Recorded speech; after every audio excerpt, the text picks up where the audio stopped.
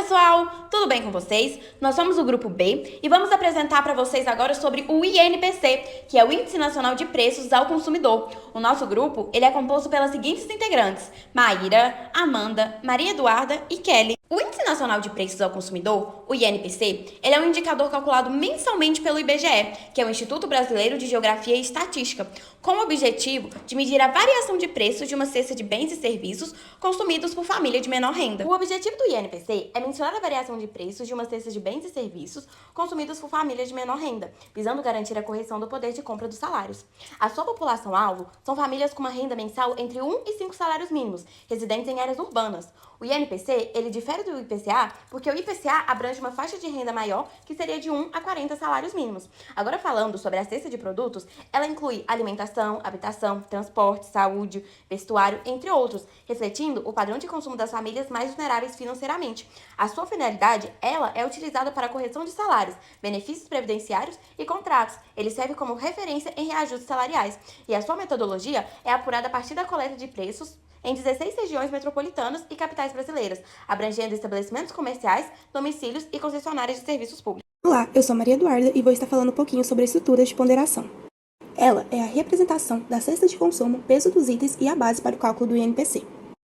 Por que é importante? Pois representa a realidade do consumidor, influencia no cálculo do índice. Um exemplo prático é o aumento no preço da gasolina e seu impacto no INPC. Serve como ferramenta de análise, pois permite identificar quais itens tiveram maior impacto na inflação e quais setores da economia estão com preços mais elevados. Como é construída? Por levantamento dos dados, cálculo dos pesos e atualização periódica, para refletir as mudanças nos hábitos de consumo. Os principais grupos de despesa do INPC se dividem nos gastos das famílias em diversos grupos, como alimentação, habitação, vestuário, transporte, saúde e cuidados pessoais, educação, despesas diversas, como seguros, serviços financeiros e lazer. A importância da atualização da estrutura de ponderação se baseia na necessidade de acompanhar as mudanças dos hábitos de consumo. Exemplos de mudanças recentes são o aumento do consumo de produto online, maior importância dos serviços de streaming, entre outros. Diante disso, a estrutura de ponderação é uma ferramenta essencial para a análise da economia. Olá pessoal, boa tarde, eu sou a Kelly e eu vou falar um pouco sobre a forma de coleta do INPC. A coleta de dados para o cálculo do INPC é uma operação realizada pelo IBGE em diversas cidades do Brasil. E para conseguir coletar os dados necessários para esse cálculo, são utilizados alguns aspectos, como a cobertura geográfica, que ao todo são em 16 áreas urbanas em todo o Brasil, os itens pesquisados, que são produtos e serviços consumidos por família de 1 a 5 salários mínimos, a frequência, que a coleta ela é mensal contínua, as fontes de coleta, que são supermercados, lojas, postos, farmácias, concessionárias. A metodologia, que é o uso de tablets para registrar os preços, considera os preços normais e promocionais. Os preços especiais, incluindo descontos, promoções e sazonalidade.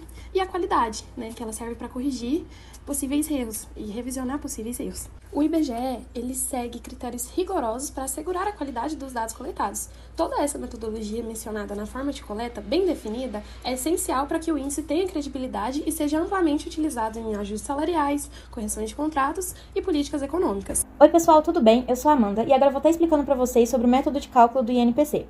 Primeiramente, eu trouxe as etapas decorrentes de todo esse processo, e elas são a reunião dos dados, a ponderação dos produtos e serviços, o cálculo da média aritmética, a comparação do mês corrente com o mês anterior, o cálculo do índice do subitem e, por fim, a fórmula de Las-Peyres.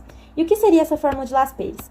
A fórmula de Las-Peyres é usada para calcular índices de preços, e ela mede a variação dos preços de uma cesta de bens e serviços, mantendo as quantidades fixas no período base. Aqui nessa fórmula que eu trouxe para vocês, que está anotada em inglês, podemos perceber que ela se baseia apenas na somatória do preço no período atual, multiplicado pela quantidade do período base, tudo isso dividido pela somatória do preço no período base multiplicado pela quantidade no período base, e todo esse valor multiplicado por 100. Temos aqui dois exemplos, um fictício e um baseado em 2020, levando em consideração a pandemia, obviamente.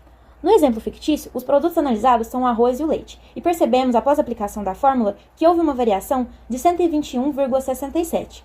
Já no exemplo baseado em 2020, os produtos são o arroz e o óleo de soja, e podemos perceber um índice de 241,67, o que é um índice relativamente alto. Deve-se ressaltar que a fórmula de Las-Peyres pode ser calculada ano a ano, mês a mês e até mesmo década a década. Conclui-se, portanto, que o Índice Nacional de Preços ao Consumidor, o INPC, mede a variação de preços que afetam famílias de menor renda, sendo fundamental para reajustes salariais e políticas públicas. Ele ajuda a preservar o poder de compra e influencia decisões econômicas, especialmente em momentos de estabilidade. A análise constante do INPC é essencial para equilibrar salários, preços e o bem-estar da população.